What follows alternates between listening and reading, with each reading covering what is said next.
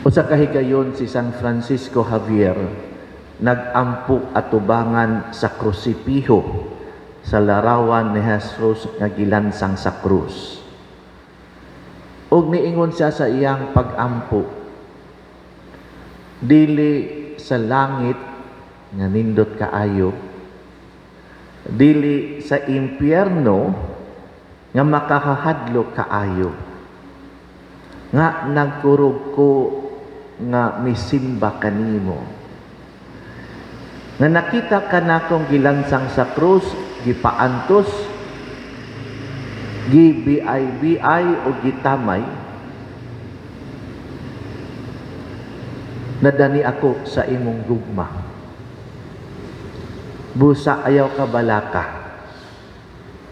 bisag way langit, bisag way imperno, ako kagihapong higugmaon.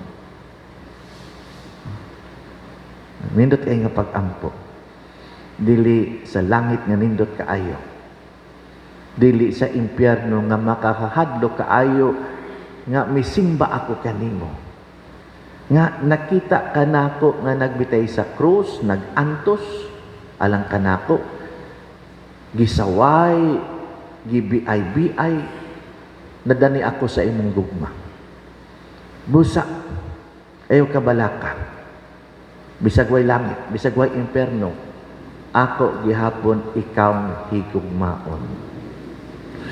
Mungatan nato sa atong kaugalingon, nining atong paningkamot nga maduol sa Ginoo, musunod sa iyahang kabubuton, magbinutan sa tanan natong binuhatan, unsa may hinungdan, unsa may rason.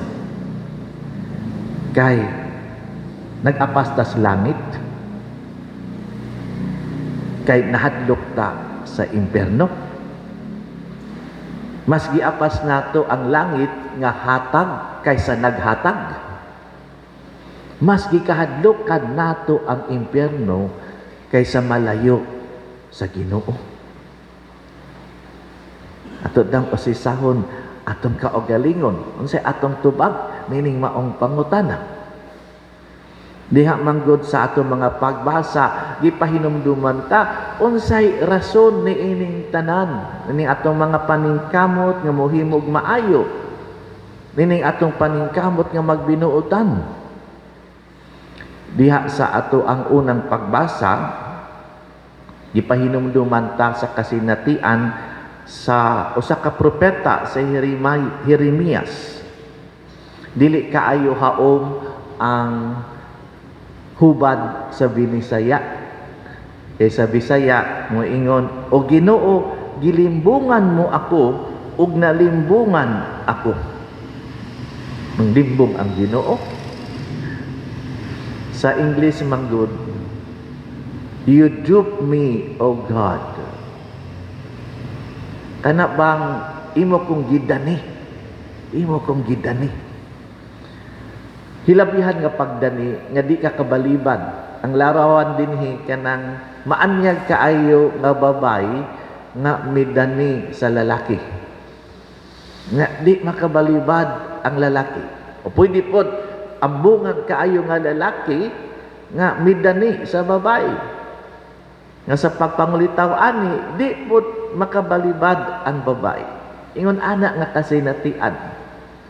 O dinhi ang gihisgutan, ang gugma sa Dios.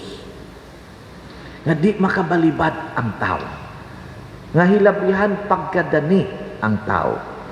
Gani si Propeta Jeremias, bisan pa man sa iyahang mga pag-antos, o Ginoo gibiay-biay o giyamiran ako nila kanunay. Kay gisangyaw ko man ang imong gisulti. Padayon siya nga nagsangyaw sa pulong sa Dios. Bisan pa man sa pagbabiay-biay sa katawhan o pag-antos niya. Kay matod niya, bation ko nga daw kalayo nga naglilaab ang imong gisulti sulod sa akong kasing-kasing o kabukugan. Ingon ana ang pagkadani ni Propeta Jeremias sa gugma sa Dios. Nga di isa kabalibat bisan kung mag-antos pa siya, kay nahigugma na pud siya sa Ginoo. Ang salmista nagpadayag pud sa iyang kaugalingong pamaagi niining pagkadani, ingon siya, ang akong kalagi uhaw kanimo o Ginoo akong Dios. Kanabang di ko matagbaw sa bisan unsa ni bisan kinsa. Ikaw lamang o Dios ang makatagbaw kanako. Ang makatagbaw nga gugma. Sa bug-os kong kasing-kasing gipangandoy ko ikaw. Ang kalagkog iuhaw kanimo sama sa nagmalaog hupas nga yuta. Kana ganing uga kay nga yuta. O niya matuluan og tubig, suyupon dayon ang tubig. Huwag ibilid. Uhaw kaayo sa tubig ang nagmala nga yuta. Maupod ang kasing-kasing sa tao sa pagbati niya sa gugma sa Dios. Iya dayon ni nga dawaton. Mga igsuon, kining maong kasinatian sa gugma gipakita sa Ginoo diha sa ebanghelyo. Ang atong ebanghelyo karon sumpay sa ebanghelyo ni adtong Domingo. Diin si Pedro pinadaygan sa amahan miila sa anak nga Mesiyas ug anak sa Dios. Ug karon si Jesus miingon apan ang Mesiyas, apan ang anak sa Dios kinahanglang mag-antos. Wa kasabot si Pedro ang iyarang nadunggan ang pag-antos apan wa niya masabti nganong mag-antos. Si Jesus nga Dios, anak sa Dios, andam mag-antos alang kanato tungod ni anang gugma nga Dios nun. Dili lang kay giganahan siyang mag-antos, giganahan siya nga mahigugma.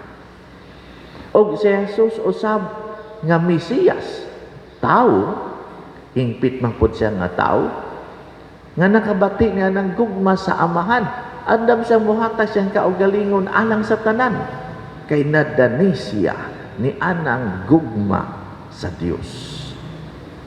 Mo nang andam siya nga mag-antos. Natay panultihon, ang dili mag-antos, di masantos. Nya, murag gidawat ta pud nato ni, pero di man na tinuod. Kay dili tanang pag-antos makasantos. Nay pag-antos tungod kay abusador kaayo ang tao sa iyang lawas. Puno siya og bisyo. Nya nag-antos. Angay lang. Mirisi. Di man na mo'y makasantos. Ang makasantos, ang gugma. Usbo na ko. Kaya aron maklaro ni, kay ato ra ba ni usahing dawaton nga panultihon. Ang makasantos, di ang pag-antos, ang gugma. O kang nahigugma ka, andam ka nga mag-antos alang sa imong gihigugma. Dili nga giganahan ka sa pag-antos, pero kabahin na sa paghigugma. Ang makabalaan ang gugma. Ang gugma. Ug mao ni ang kahulugan sa pag-antos ni Jesus sa krus. Maguna-huna manggod tag krus pag-antos ra. Wa ta motan-aw nganong nag-antos. Nag-antos si Jesus. Nag-antos ang Dios tungod sa iyang gugma kanato. Gugma ang tanan. Og nakabig kita ni anang maong gugma. Dili sa pag-antos. Kinsay makabig sa pag-antos. Nakabig kita ni anang maong gugma. Busa si Jesus diha sa ato ang ebanghelyo ni ingon, kamo usab nga mosunod ka nako, pasana ang inyong krus. Dili nga ang Kristiyanos giganahag antos, kundi ang Kristiyanos buot nga mahigugma. Kay kanang krus dili man lang na pag-antos. O sa mga way pagtuo, ang krus pag-antos. Apan nganong gipasigarbo nato ang krus. Nga gani andam tang mupas-an pod sa atong krus.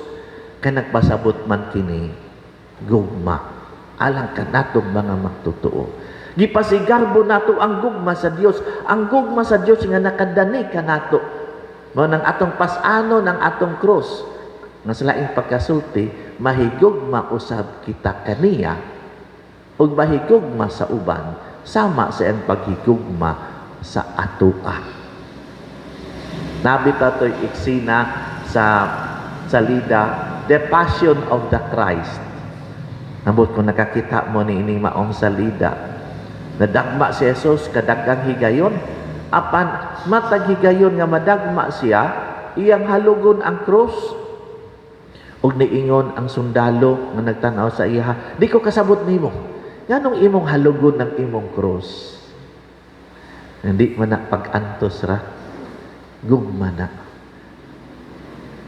Busa, niingon si San Pablo, diya sa atong ikaduhang pagbasa, mga igsuon tungod sa dakong kaluoy nga gipakita sa Dios kanato.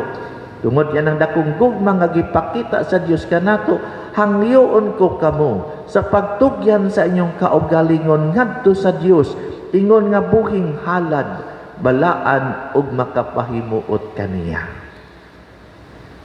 Kay gugma ang gihatag kanato, gugma ang atong ibalos kaniya. Kay kinabuhi ang yang gihatag kanato, kinabuhi pod ang atong ihalad ngadto kaniya. Apan ay kabalaka diya sa ebanghelyo giingnan ta, ang mahanugon sa ang kinabuhi mawat-an hinuon ni ini. Apan siya nga mihalad ni ining maong kinabuhi, makabaton hinuon ni ini. Kay ang atong gihalaran sa atong kinabuhi, ang Dios man nga tag-iya sa kinabuhi. Siya ang kahingpitan sa kinabuhi. Kining maong kinabuhi, mubalik ra pud nato sa hingpit pagayod. Kay ang atong gihatagan o gitugyanan sa atong kinabuhi, siya man ang tag-iya sa kinabuhi nga nahigugma kanato. Mga igsuon, mututok ta sa gugmas Ginoo.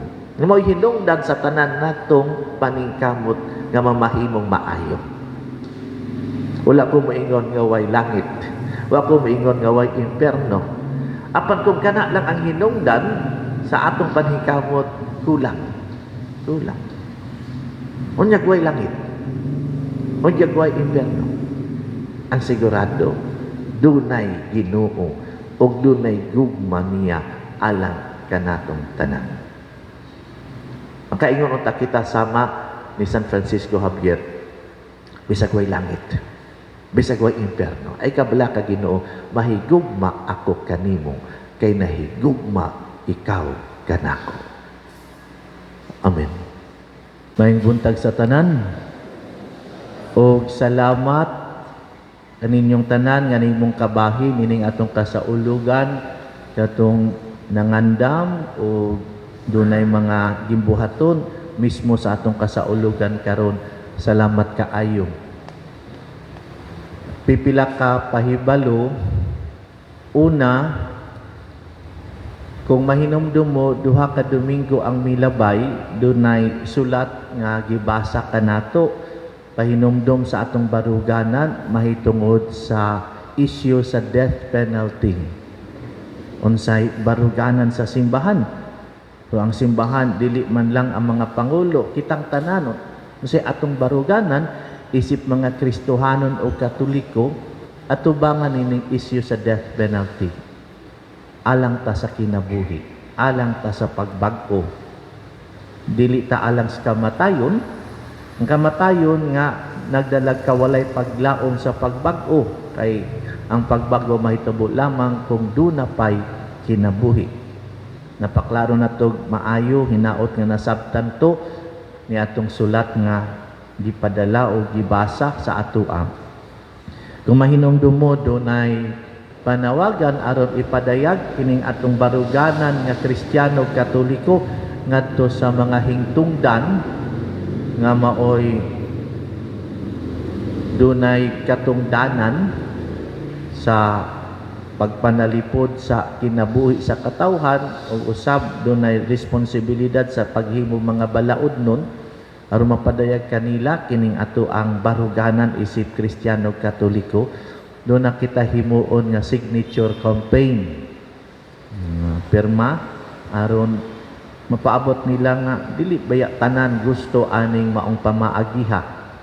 Human sa misa sa gawas dunay mopahigayon sa signature inyuhang pirma, inyuhang pirmahan ang papel nga atong ipadala ngadto sa mga hingtungdan aron makaamgo sila nga dili ni maoy Kristohanong pamaagi sa pagresolbar sa krimen, sa sala kung do naman naapay mas maayo og subay sa kabubuton sa Ginoo ang kanunay pagdapig sa kinabuhi.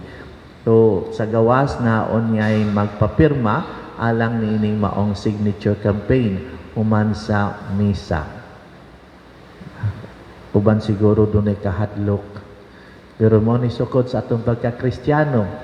Kining pagka-Kristiyano nato dili man lang sa kahayahay unsay pabor sa atoa, unsay gibaruganan nga iyas Ginoo dili lang iya sa tao. Sukod ni sa atong pagka-Kristiyano, pamalandungi. Ikaduha sa Septembre 1 nga 40 ni kaadlaw hangtod na ni sa Oktubre sa ulugon ang season of creation. Diin giawhag ta nga mamalandong sa kahimtang sa atong kalibutan karon nga nagkahinay-hinay kaguba ang kalibutan nga nag-inusarang atong puloy-anan nga gihatag sa Ginoo. Nga atong atimanon unta dili dauton, nga atong palambuon dili dauton. Muni ang awhag kanato kaning mga umaabot nga mga adlaw pamalandungan ang atong responsibilidad sa pag-atiman sa kinaiyahan. Season of creation.